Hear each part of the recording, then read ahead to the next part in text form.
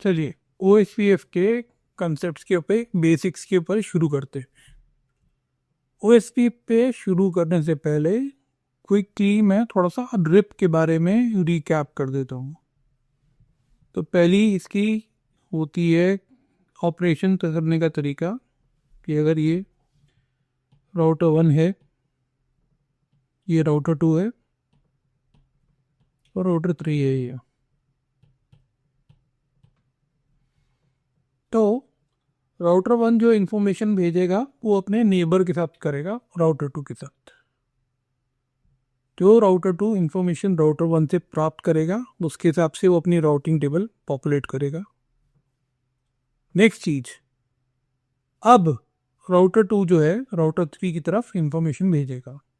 तो अगर ये मान लीजिए कि 10 नेटवर्क था यहाँ पर और राउटर 1 ने राउटर 2 को एडवर्टाइज किया था ऐसे, तो राउटर 2 ने अपनी राउटिंग टेबल में इंस्टॉल किया और फिर राउटर 3 ने राउटर 2 से वो प्राप्त किया। राउटर 3 राउटर 1 से डायरेक्टली प्राप्त नहीं कर रहा, जो भी इसकी राउटिंग टेबल में आ रहा है राउटिंग R2 के, उसके बेसिस पे राउटर 3 के बाद इंफॉर्मेशन जा रही है। ठीक है, तो ये रिप का ऑपरेशन करने का तरीका है। ठीक, राउटर 1 की इंफॉर्मेशन डायरेक्टली राउटर 3 के पास नहीं आती है, राउटर 2 के थ्रू आती है। पहले राउटिंग टेबल में जाएगा, उसके राउटिंग टेबल में जो है उसी के हिसाब से हॉप काउंट इंक्रीमेंट करके आगे भेजा जाता है राउटर 3 की तरफ। ये एक लिमिटेशन हो गया, इसे हम बोलते हैं राउटिंग बाय र्यूमर। जो राउटर 2 ने राउटर 3 को बताया वो राउटर 3 के पास उसके बाद कोई ऑल्टरनेट नहीं है, वो राउटर 2 पे ही ट्रस्ट करना पड़ेगा, चाहे वो सही इंफॉर्मेशन दे या नहीं दे। तो इसलिए राउटिंग बाय र्यूमर बोलते हैं। दूसरी लिमिटेशन इसकी ये है कि राउटर 1 से लेके राउटर 2 अगर बहुत सारे हॉप्स हैं इसके अंदर, रिप काय पे काम करता है, हॉप काउंट पे काम करता है। तो अगर हॉप काउंट उसके 15 से ज़्यादा हो जाए तो उसको अपन बोलते हैं अनरीचेबल। तो एक वो लिमिटेशन है, तो स्केल नहीं हो पाता। तीसरी चीज इसमें रिप में ये है कि अगर राउटर 1 राउटर 2 के बीच में अगर एक बड़ी बैंडविड्थ वाला लिंक है, जैसे कि 100 बोलो कि ये 10 गिग वाला लिंक है, ठीक है, और यहाँ पर एक 1 गिग वाला लिंक है, तो यहाँ पर ये डिफ्रेंशिएट नहीं करता, ये इसको अहमियत नहीं देता कि ये बड़ा ज़्यादा बैंडविड्थ वाला लिंक है तो इसको मैं प्रेफरेंस दूँ, ऐसा नहीं करता। ठीक है, ये पर्टिकुलरली तब आता है काम में जब यहाँ पर, ठीक है, अगर यहाँ पर हॉप काउंट अगर राउटर 1 और राउटर 2 के बीच में सिर्फ डायरेक्टली कनेक्टेड हो, जैसे ऐसे ले लिया आपने R1 R2 R3 ले लिया यहाँ पर, ठीक है, तो ये क्या 2 हॉप काउंट पे है।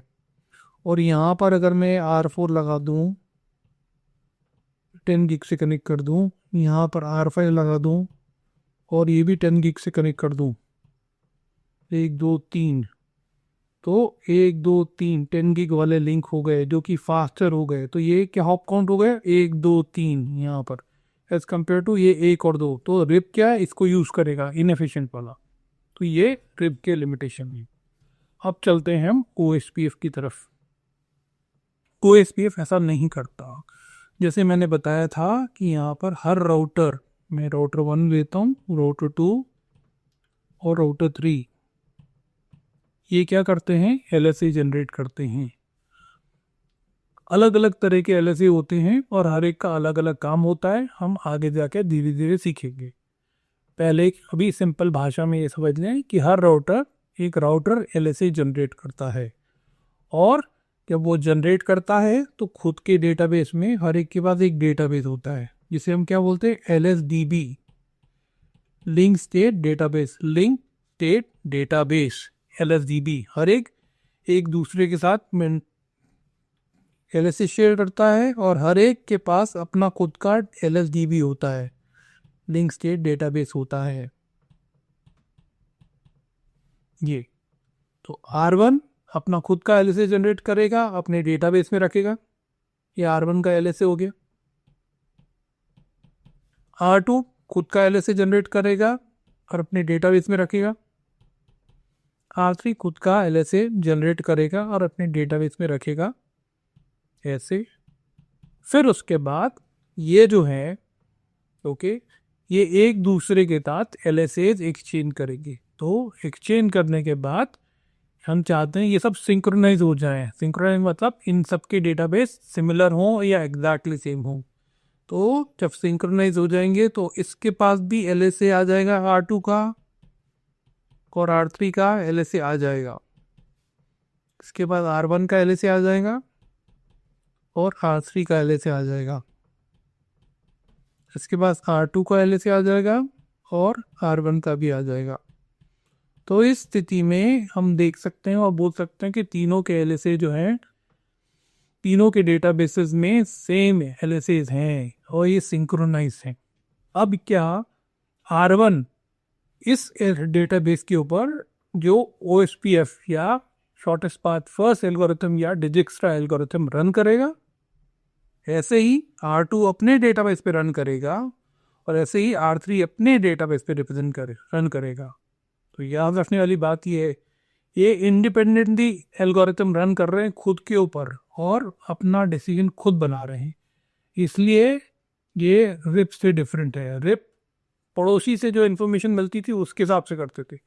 इन्फॉर्मेशन यहाँ पर भी मिल रही है LSA के फॉर्म पे, पर डिसीजन मेकिंग जो है वो खुद के ऊपर डिपेंडेंट है कि जो एल्गोरिथम इंडिपेंडेंटली हर एक राउटर अपने ऊपर रन कर रहा है। इसलिए ये है। तो जब ये रन कर लेंगे तो हर नेटवर्क के बारे में जो बेस्ट अवेलेबल पाथ होगा उसको वो राउटिंग टेबल में इंस्टॉल कर देंगे। तो यहाँ पर हमने कंसेप्ट इंट्रोड्यूस किया LSA का, लिंक स्टेट एडवर्टीजमेंट, दूसरा LSDB का। तीसरी चीज मैं इंट्रोड्यूस करना चाहूँगा कंसेप्ट एरिया का। ये क्या है? एरिया बताने के बारे में। एरिया OSPF जो है एक डायनेमिक राउटिंग प्रोटोकॉल है। डायनेमिक हमने बोला routing protocol, dynamic routing protocol, ठीक है। ये एक ऑटोनोमस सिस्टम के अंदर रन होता है। ऑटोनोमस सिस्टम, जिसको हम शॉर्ट फॉर्म में क्या बोलते हैं? AS, autonomous system. जो OSPF है ऑपरेट करता है with in an autonomous system. तो OSPF with in an autonomous system काम करता है। AS के अंदर, ऑटोनोमस सिस्टम के अंदर अलग अलग एरियाज हो सकते हैं। जैसे हम बोलते हैं ना एक सिटी को बहुत सारा कॉलोनीज में डिवाइड कर दिया, वैसे ही हम बोल सकते हैं कि एरियाज हो सकते हैं, एरिया हो सकते हैं, एरिया हो सकते हैं। तो उसमें से जो सबसे इम्पोर्टेंट एरिया है उसे हम बोलते हैं एरिया 0। नंबरिंग कहाँ से शुरू होती है? एरिया 0 से। और इसका एक टेक्निकल टर्म भी है, इसे हम बोलते हैं बैकबोन एरिया। Backbone area. और जो एरिया 0 नहीं है, जो कि और कोई भी नाम हो गए, तो उसे बोलते हैं non backbone area. Non backbone area हो गया, ठीक है। तो क्विकली रिकैप,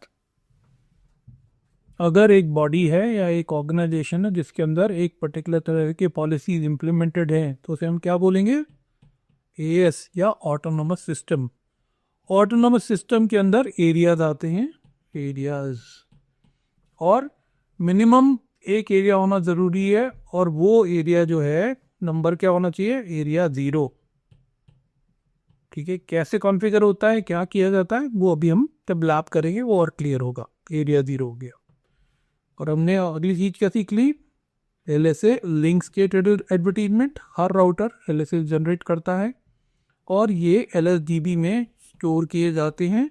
और LSDB में जब LSA आ जाते हैं तो उनके पर SPF algorithm, shortest path first algorithm run की जाती है या डिजिक्स्ट्रा एल्गोरिथम रन की जाती है, और उसके बेसिस पे राउटिंग टेबल पॉपुलेट होती है। इस लेसन के लिए इतना ही काफ़ी है। अगले लेसन में अगले चीज़ के बारे में डिस्कशन करूँगा।